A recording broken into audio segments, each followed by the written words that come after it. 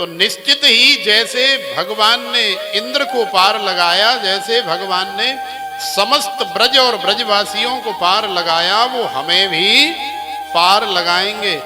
तो प्रेम से बोलो राधे। आवाज बहुत कम आ रही है, देखो। जो प्रेम से राधे राधे नहीं बोलेगी, बाकी बहुत जल्दी प्रेम से ही राधे राधे हो जाएगी। इसलिए प्रेम से बोलो राधे, ऐसे आवाज आनी चाहिए। ग्वाल वालों को अब भी गिरिराज महाराज की लीला के बाद अब फिर से शंका हो गई, ऐसे कैसे मान लें कि ये भगवान। देख लाला, हम ऐसे नहीं मानेंगे। तो भैया कैसे मानोगे?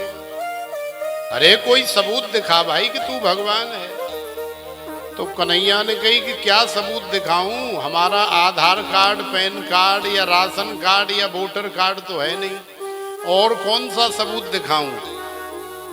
तो फिर ग्वाल वालों ने कहा कि हमने ऋषि मुनियों से सुना है, वेद शास्त्र पुराणों में पढ़ा है, धार्मिक ग्रंथों में पढ़ा है, संतों के श्री मुख से सत्संग कथा में सुना है कि भगवान वैकुंठाधिपति होते हैं। भगवान का धाम है वैकुंठ। और तू तो हमारे संग जा डोल लो या ब्रज की रेती में, तू काहे को भगवान भाई। भगवान तो वैकुंठ में रहते हैं और वहां भगवान के अनेकों दास दासियां भगवान की सेवा में अहर्निश लगे रहते हैं। कोई पंखा झल रहा है, कोई चंवर ढुला रहा है, कोई भगवान की आरती कर रहा है, कोई धूप दीप कर रहा है, कोई भगवान को नैवेद्य निवेदित कर रहा है, कोई भगवान के पास छत्र लेकर के खड़ा हुआ है, कोई पाद्य अर्घ इत्यादि समर्पित कर रहा है। तो भगवान के यहाँ तो न जाने कितने दास दासियां, कितने देवी देवता उनकी सेवा में लगे होते हैं। और तू काहे को भगवान, तेरो तो हम जब मर्जी कान पकड़ करके और चल ले छोरा, घोड़ा बन जा, घोड़ा बना करके तेरी कमर पे बैठ जाते हैं और दो चार लगा भी देते हैं जब मक्कारी करता है। तो ऐसे कहूं भगवान हूं? यदि तू भगवान है तो अपनी भगवत्ता का सबूत दे, हमें वैकुंठ के दर्शन करा। तो कन्हैया ने सोची कि ये ऐसे नहीं मानेंगे। तो देखो फिर गिरिराज महाराज का पूजन कराने के बाद हमारे नंद नंदन श्री कृष्ण सारे ग्वाल वालों को लेकर के वृंदावन में आए। और वृंदावन में मलूक पीठ के पास में आज के समय में जो ब्रह्म कुंड है, वो भगवान ने अपने मानसिक संकल्प से प्रकट किया। और फिर ग्वाल वालों से कहा कि देखो भाई, जो भी वैकुंठ के दर्शन करना चाहता है, जो भी हमारी भगवत्ता देखना चाहता है, वो इस कुंड के अंदर स्नान करे तो उसे वैकुंठ दिखाई देगा। अब तो सब कुंड में कूदने पर लगे। तो भगवान की माया से कुछ ऐसा हो गया कि जो जो कुंड में कूदा वो 2-4 घंटे निकला ही नहीं। कुंड में कूदने के बाद उसे ऐसा लगा जैसे सारा वैकुंठ इसी कुंड में है, माने कुंड में ही भगवान ने वैकुंठ प्रकट कर दिया, वैकुंठ का दर्शन प्रकट कर दिया। लेकिन वहां समस्या ये बन गई ब्रजवासियों के लिए कि देखो, कोई गांव का आदमी हो ना, उसे एकदम से कहीं आलीशान किसी लग्जरी व्यवस्था में कहीं ले जाया जाए तो उसे कुछ दिन के लिए परेशानी होती है एडजस्ट करने में, क्योंकि उसे लघु शंका की, दीर्घ शंका की जैसे जैसे आदत पड़ी हुई है। अब यहाँ तो सारा सिस्टम ही चेंज है, बैठने का, लेटने का, खाने का, सोने का, बोलने का, यहाँ तो सारा सिस्टम चेंज है। तो उसे थोड़ा 2-4-10 दिन या महीना 2 महीना लगता है। तो कहाँ ब्रज और कहाँ भगवान का वैकुंठ, दोनों का भले ही आनंद के रूप में ब्रज जो है वैकुंठ से भी लाख गुना आगे है, लेकिन व्यवस्था के मामले में तो वैकुंठ में जो व्यवस्था है, वैकुंठ में जो चकाचौंध है, वो ब्रज में कहाँ है। तो ब्रजवासी पहुंच तो गए वैकुंठ में, लेकिन वहां जाकर के देख रहे हैं तो बड़े बड़े भवन, बड़ी बड़ी नदियां, बड़े बड़े सरोवर, बड़े बड़े बाग बगीचे, उपवन, और बड़ी बड़ी सखियां घूम रही हैं, बड़े बड़े देवता चक्कर काट रहे हैं, न जाने कितने द्वारपाल नजर आ रहे हैं, न जाने कितने मंत्री संतरी, और न जाने कितनी भगवान की सेना इत्यादि नजर आ रही है।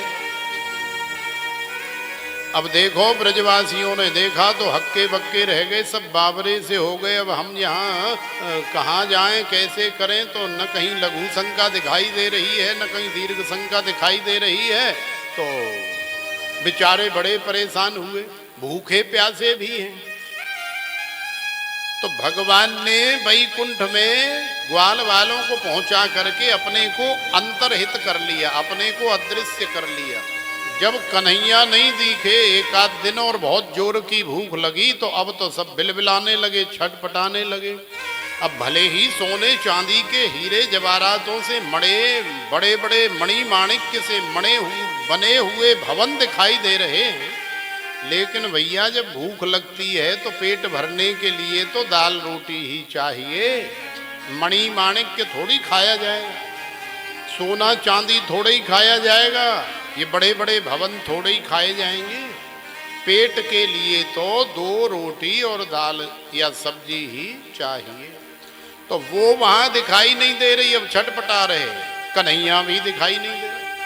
अब तो एक दूसरे को कोसने लगे कि देख ले सारे तेरे चक्कर में अब हम यहाँ मारे जाएंगे।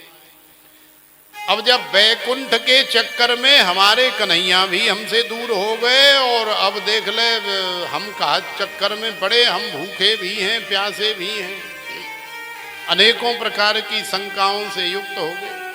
अब करें तो करें क्या। तो फिर रोने लगे। जब हृदय से करुण पुकार निकाली और रोने लगे, तो फिर भगवान ने देखा कि अब जो है इनका हृदय फिर से वैसा ही हो गया है जैसा पहले हमारे प्रति था। क्योंकि अब सब कह रहे हैं कि हे कन्हैया, हे नंद नंदन, हे नंद के लाला, भाई हमें नाए ये बैकुंठ फैकुंठ चाहिए, हमें नाए तेरो बैकुंठ चाहिए, हमें तो तू वाही ब्रज में लेकर के चल, जहां तू हमारे साथ खेलता है, खाता है, पीता है, हमारे साथ हमेशा रहता है। अरे भार में गयो तेरो बैकुंठ और चूल्हे में गए यहाँ के भवन, हमें ना चाहिए।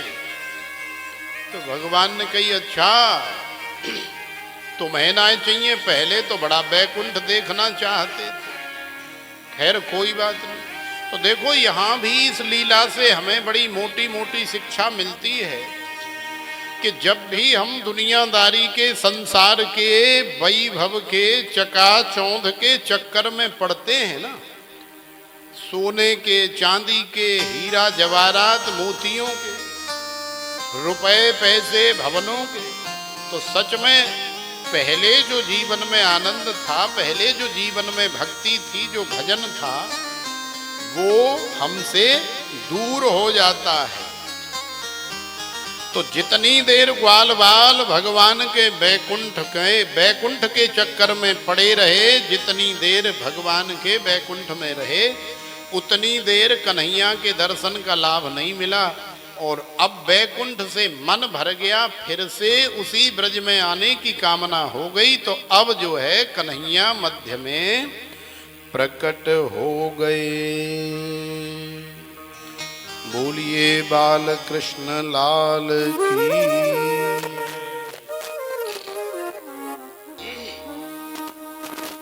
तो देखो भगवान ने सारे ब्रजवासियों को बैकुंठ दर्शन कराया, और बैकुंठ दर्शन करा के भगवान सबको ब्रज में लेकर के आए, और ब्रज में ला करके फिर से ही वैसी सारी लीलाएं करना कन्हैया ने प्रारंभ कर दिया, जैसी लीलाएं वो पहले से उनके साथ में कर रहे थे। तो अब थोड़ी देर के लिए सब लोग समझ गए कि हमारो लाला साधारण लाला ना है, इसलिए ब्रज में आने के बाद प्रार्थना कर रहे हैं कि हे प्रभु मुझे बता दो चरणों में कैसे आऊं।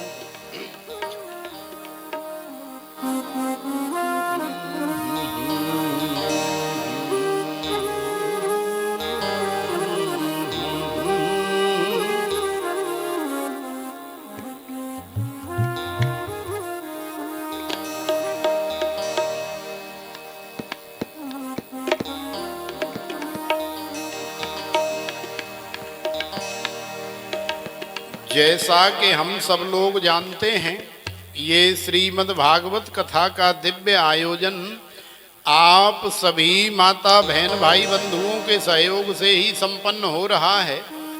तो आज हमारे मध्य में कथा श्रोता के ही रूप में सीमा जी बैठी हुई हैं, श्रीमती सीमा एवं उनके पतिदेव बंटू। इन दोनों की आज एनिवर्सरी है और कथा में भी इन्होंने 2100 रुपये की सेवा की है। तो इनके लिए बहुत बहुत आशीर्वाद, बहुत बहुत शुभ कामना, बधाई। इसी तरह से आपकी रति मति गति भगवान के चरणों में सेवा में लगी रहे, यही जीवन की सार्थकता है। तो आइए भगवान से प्रार्थना करें और फिर रासलीला का आनंद हम लोग लेंगे।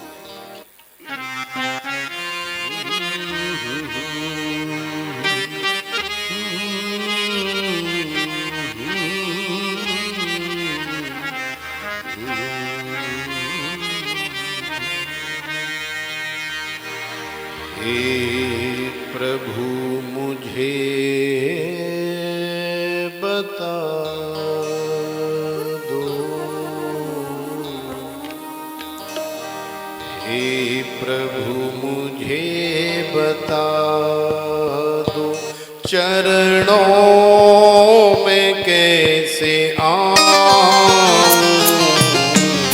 हे प्रभु मुझे बता दो चरणों में कैसे आऊं। हे प्रभु मुझे बता दो चरणों में कैसे आऊं। हे प्रभु मुझे बता दो चरणों में कैसे आऊं। हे प्रभु मुझे बता दो चरणों में कैसे आऊं। माया के बंधनों से, माया के बंधनों से छुटकारा कैसे पाऊं। माया के बंधनों से छुटकारा कैसे पाऊं। हे प्रभु मुझे बता दो।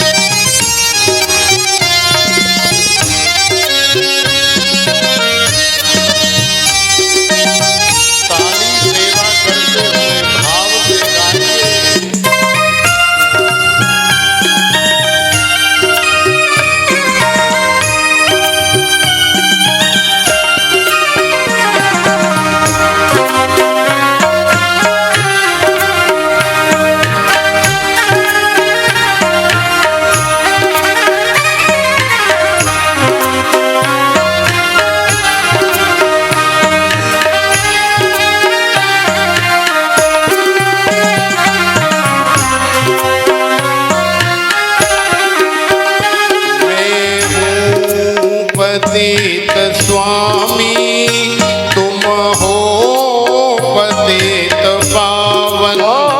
मैं हो पतित स्वामी तुम हो पतित पावन। मैं हूँ पतित स्वामी तुम हो पतित पावन। मैं हो पतित स्वामी तुम हो पतित पावन। अवगुण भरा है दह में, अवगुण भरा है दह में, इसे कैसे मैं दिखाऊं। अवगुण भरा है दह में, इसे कैसे मैं दिखाऊं। हे प्रभु मुझे बता दो, चरणों में कैसे आऊं। हे प्रभु मुझे बता दो।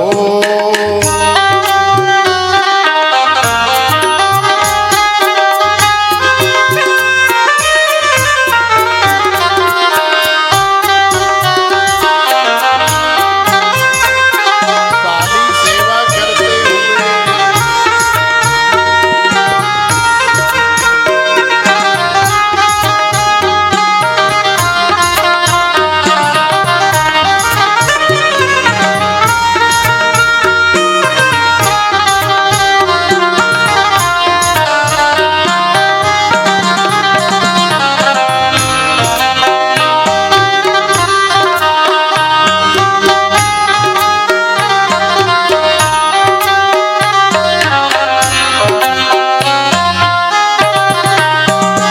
अच्छा हूँ या बुरा हूँ, जैसा भी हूँ तुम्हारा।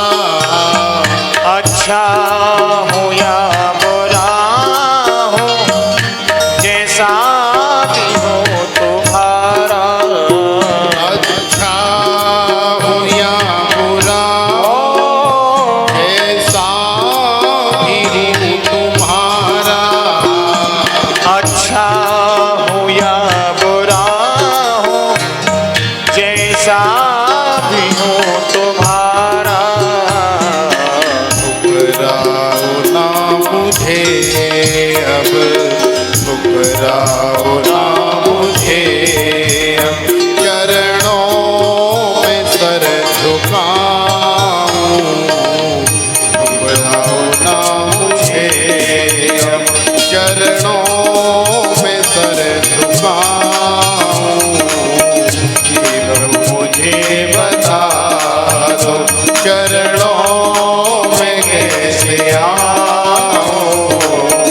माया के बंधनों से छुटकारा कैसे पाऊं। हे प्रभु मुझे बता दो, हे प्रभु मुझे बता दो, हे प्रभु मुझे बता दो।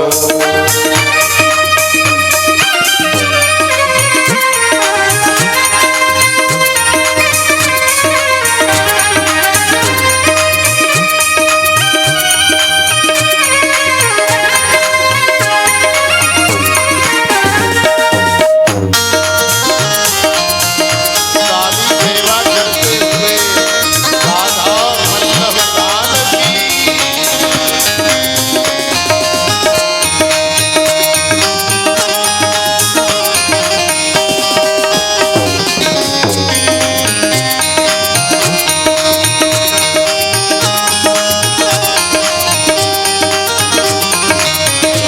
प्रभु मुझे बता दो, प्रभु मुझे बता दो, प्रभु मुझे बता दो। जय जय श्री राधे।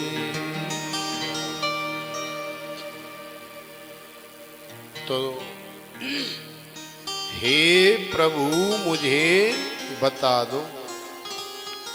तो देखो, जब ऐसी प्रार्थना भगवान से की जाती है कि हे प्रभु मुझे बता दो चरणों में कैसे आऊं, तो भगवान के चरणों में जाने वाली जो प्रार्थना है भगवान उसे सद्यः तत्काल प्राइम तत्काल सुनते हैं और सुन करके फिर तुम्हें अपने चरणों में जगह देते हैं।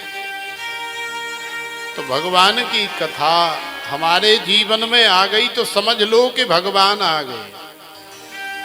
भगवान का कीर्तन आ गया तो भगवान आ गए। भगवान तो हमारे जीवन में हैं ही, लेकिन उसी भगवान को हमें केवल अनुभूत करना है। भगवान के बिना तो हमारे जीवन की या हमारे शरीर की या ये संसार की जड़ चेतन किसी भी वस्तु या पदार्थ की कोई सत्ता है ही नहीं। बिना भगवान के सब मिट्टी है और कहो तो मिट्टी की भी कोई सत्ता भगवान के बिना नहीं है। तो भगवान तो हमारे जीवन में हमारे शरीर में पहले से ही मौजूद हैं, लेकिन उसी भगवान को हमें अनुभूत करना है कथा के माध्यम से। श्री सुखदेव जी महाराज कह रहे हैं कि आज उन समस्त ऋषि मुनियों की मनोकामना पूर्ण होने वाली है जो ब्रज में ब्रज स्त्री ब्रज बधूटी ब्रज गोपी बनकर के आए हुए हैं। क्योंकि भगवान पितारात्रि शरदोत्फुल्ल मल्लिका वीक्षरंतुम मनश्चक्रे योग मायाम उपाश्रितः। आज ये जो भगवान लीला कर रहे हैं ये उन समस्त ब्रजांगनाओं के सच्चे प्रेम का ही तो प्रतीक है कि अभी तक तो हमेशा से वो ब्रजांगना बने हुए ऋषि मुनि ही भगवान को याद करते थे, लेकिन आज हमारे भगवान को भी उनकी याद विशेष रूप से आ रही है, विशेष रूप से। इसलिए योग मायाम उपाश्रितः, भगवान ने अपनी योग माया का आश्रय लिया और अपनी योग माया का आश्रय लेकर के वीक्षरंतुम मनश्चक्रे, भगवान के मन में उन समस्त ऋषि मुनि बने गोपिकाओं के साथ में रमण करने की, उन्हें आनंद रस प्रदान करने की। देखो, रासलीला को बहुत लोग न जाने क्या क्या दृष्टि से देखते हैं, लेकिन भगवान की जो रासलीला है ये सबसे बड़ी निधि है, सबसे बड़ी लीला है। रासलीला में सबका प्रवेश संभव नहीं है। रासलीला में तो केवल उन्हीं सिलेक्टेड भक्तों का, तपस्वियों का प्रवेश है, प्रेमियों का प्रवेश है, जिनमें और भगवान में किसी प्रकार का एक पल के लिए भी वियोग न हो, एक पल की भी दूरी न हो। क्योंकि नारदस्तु तदर्पिता खिलाचारता तद विस्मरणे परम व्याकुल तेति। जो भक्त ऐसा हो कि जैसे जल की मछली जल के बिना नहीं रह सकती, वो तड़प तड़प के मर जाती है, तो जब कोई श्री कृष्ण से इतना प्रेम करने लग जाए तो ऐसे ही प्रेमी को रास लीला का या निकुंज लीला का जो रस है वो भगवान उसे प्रदान करते हैं। अन्यथा साधारण ज्ञानी ध्यानी योगी तपस्वी जति यति, इनके लिए भगवान की निकुंज लीला या रास लीला नहीं, इनके लिए तो अन्य अनुभूतियां दर्शन इत्यादि ही हैं। लेकिन भगवान की निकुंज लीला और रास लीला ये तो बहुत विशेष लीला है।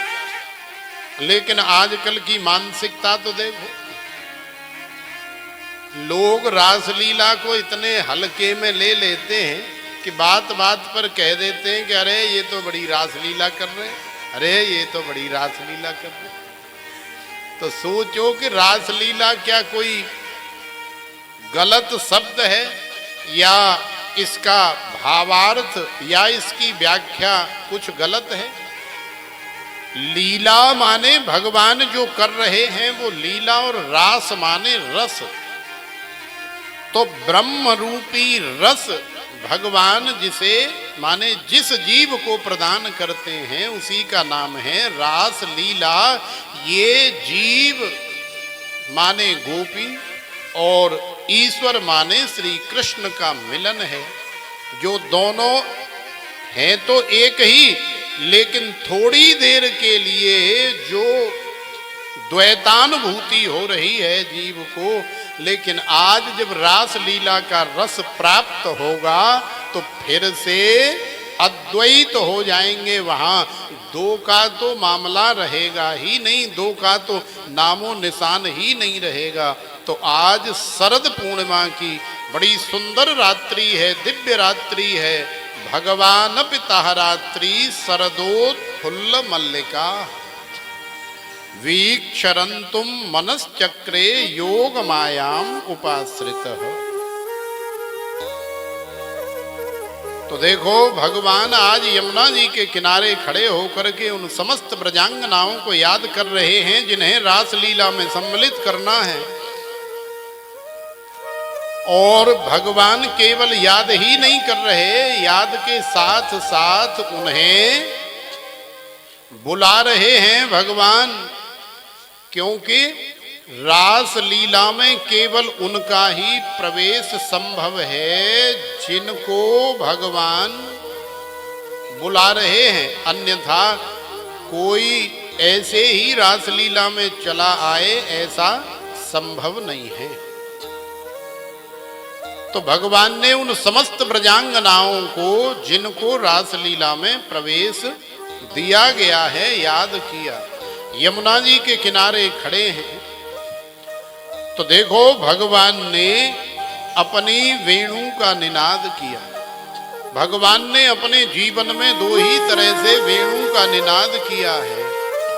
सबसे पहला निनाद है कि इत वेणुरवम राजन सर्वभूत मनोहरम, माने सारे संसार के भूतों को यदि आनंद प्रदान करना है तो सबके लिए भगवान ने वेणु का निनाद किया, बंसी बजाई। और यहाँ सबको नहीं, केवल चुनिंदा ब्रजांगनाओं को ही रासलीला में जगह मिली है। तो इत वेणुरवम राजन जगौ कलौ वाम दृशाम मनोहरम, केवल उन्हीं ब्रजांगनाओं को सुनाई दे रही है भगवान की वेणु, भगवान की बंसी। हरि ज्ञानवती, हरि रामवती, हरि भानुमती, हरि कलावती। अरे तू क्या कर रही है, तू जा लालाए खिला रही है, हम यहाँ ठाड़े है करके तेरो इंतजार कर रहे हैं। अरे ज्ञानवती तू कहा जा लपसी सी ये बना रही है, हम यहाँ ठाड़े है करके तेरो इंतजार कर रहे हैं। अरे भानुमती तू कहा जा पति की सेवा में लगी है, हम यहाँ खड़े होके तेरो इंतजार कर रहे हैं। अरे रजनी, अरे ज्योति, अरे सुनीता, अरे अनीता, अरे सीमा, अरे बसई की सब गोपियों, तुम यहाँ क्या कर रही हो? हम यहाँ यमुना जी के किनारे खड़े हो करके तुम्हारा इंतजार कर रहे हैं। तो देखो सबके कान में प्राइवेट रूप से शब्द सुनाई दिया और सब बावरी हो गई। निशम्य गीतम तदनंग वर्धनम ब्रज स्त्रिय कृष्ण ग्रहीत मानसा आजगमुरन्योन्यम लक्ष्योद्यमा सयत्र कांतो जवलोल कुंडला। कोई इतना बड़ा मोटा कुंडल पहन रही है तो बावरी हो गई, पागल हो गई, सुध बुध खो बैठी। तो वो कान में लटकाने वाला कुंडल उसने नाक में लटका लिया, इतना मोटा। कोई काजल लगाने की तैयारी में है, काजल लगा रही है, तो जैसे ही वेणु सुनी तो एकदम सुध बुध खो बैठी। तो आंख में लगाने वाला काजल होठों पे ही लगा लिया। कोई लहंगा पहनने की तैयारी कर रही है तो अभी लहंगा उल्टा है, सीधा नहीं किया है, लेकिन उल्टा ही पहन लिया। तो इसी प्रकार से जो भी ब्रजांगना जो भी कार्य कर रही है वो सब उल्टे सूधे होने लग गए। क्यों? क्योंकि जब हम ठीक से अपनी सुध में नहीं होते हैं, बेसुध हो जाते हैं, बावरे से हो जाते हैं, कुछ समझ में ही नहीं आता है, तो फिर सारे कार्य उल्टे तो अपने आप ही होते हैं। तो ऐसी बेसुध होकर के, ऐसी बावरी सी होकर के सारी ब्रजांगना दौड़ी चली गई कन्हैया के पास में, और कन्हैया ने भी उन सभी का बड़ा सुंदर स्वागत किया। तो देखो, सोए जाने जे देहु जनाई, जानत तुम्हें होए जाही। अब ये ब्रजांगना जान गई हैं, भगवान को भी जान गई हैं, अपने आप को भी जान गई हैं। माने ईश्वर और जीव के बीच में जो गैप है उसे जान गई है, पहचान गई है। अब ये समाप्त होने वाला है, मिटने वाला है। क्योंकि गोपाहा जीवाहा तेसाम बधूट्य वृद्धय तासाम आवरणानी अज्ञानानी, ये जो अज्ञान का आवरण है हमारे और परमात्मा के बीच में, ये केवल तभी तक है जब तक हमें भगवान की रास लीला प्राप्त नहीं हो जाती। जिस दिन रास लीला प्राप्त हो गई, समझ लो कि फिर भगवान में और तुम में किसी प्रकार का द्वैत रहेगा ही नहीं, किसी प्रकार का भेद रहेगा ही नहीं। तो प्रथम सुने भागवत भक्त मुख भगवत वाणी, द्वितीय आराधे भक्ति व्यास नव भांति बखानी, तृतीय करे गुरु समझ दक्ष सर्वज्ञ रसीलो, चौथे होए विरक्त वसे वनराज जसीलो, पंचम भूले देह सध छठे भावना रास की, साते पावे रीत रस श्री स्वामी हरिदास की। तो देखो, भगवान के जो भक्त होते हैं,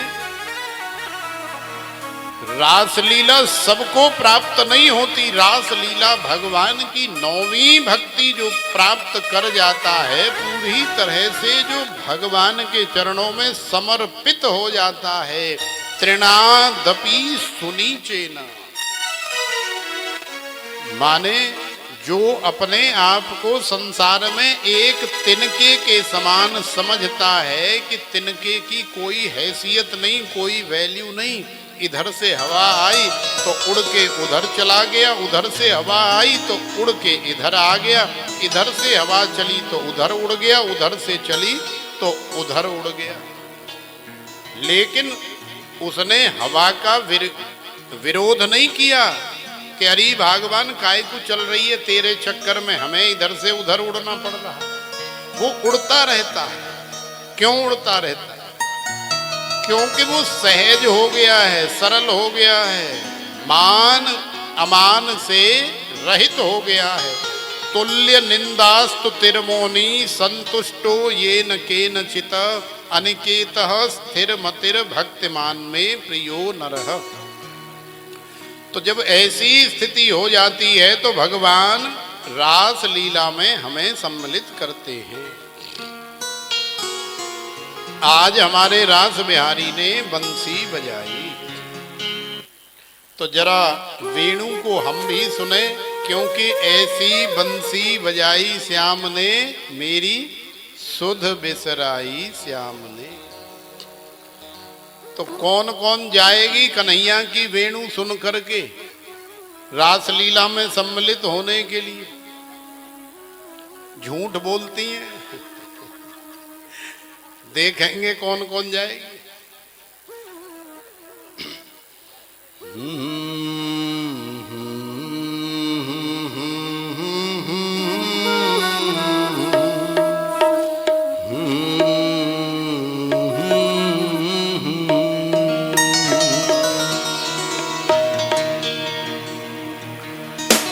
ऐसी बंसी बजाई श्याम ने, मेरी सुध बिसराई श्याम ने। ऐसी बंसी बजाई श्याम ने, मेरी सुध बिसराई श्याम ने। ऐसी बंसी बजाई श्याम ने, मेरी सुध बिसराई श्याम ने। ऐसी बंसी बजाई श्याम ने, मेरी सुध बिसराई श्याम ने।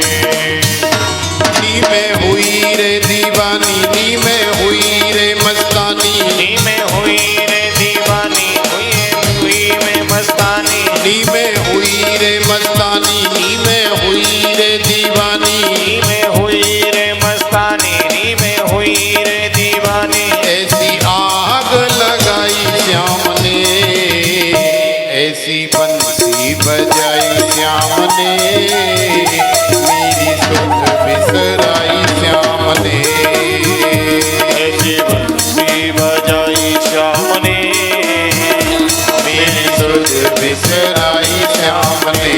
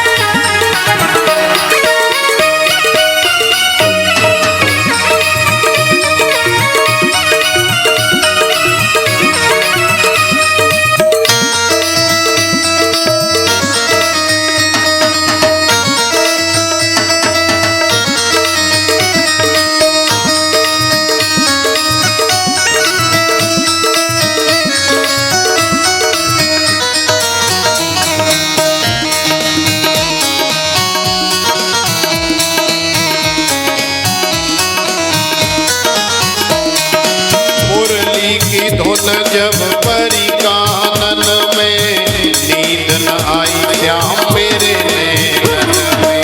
मुरली की धुन जब बड़ी कानन में, नींद न आई श्याम मेरे नैनन में। मुरली की धुन जब परी कानन में, नींद न आई श्याम मेरे नैनन में। नींद न आई श्याम मेरे नैनन में, नींद न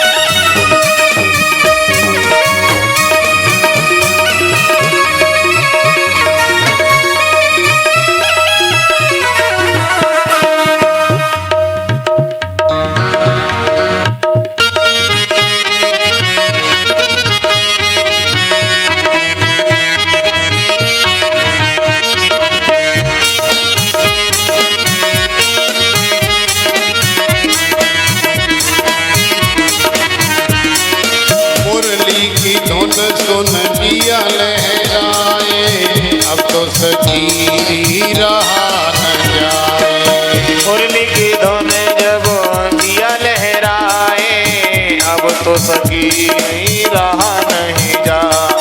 मुरली की धुन सुन लिया लहराए, अब तो सखीरी रहा न जाए।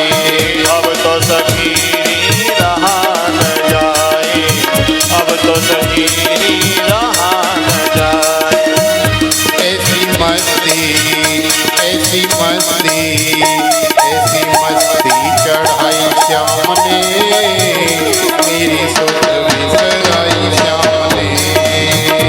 ऐसी मस्ती चढ़ाई श्याम ने, मेरी सुध बिसराई श्याम ने। ऐसी बंसी बजाई श्याम ने, मेरी सुध बिसराई श्याम ने।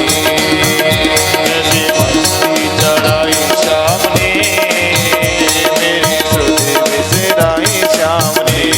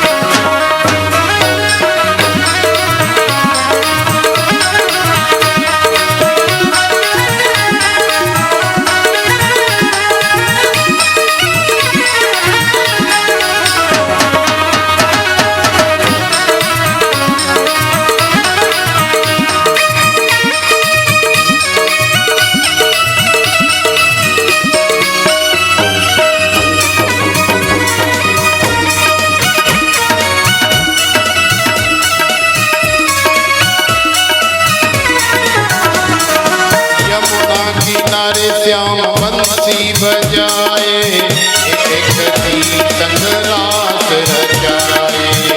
एक सखी संग रास रचाए, एक सखी संग रास रचाए। यमुना किनारे श्याम बंसी बजाए, एक सखी संग रास रचाए। एक सखी संग रास रचाए, एक सखी संग रास रचाए।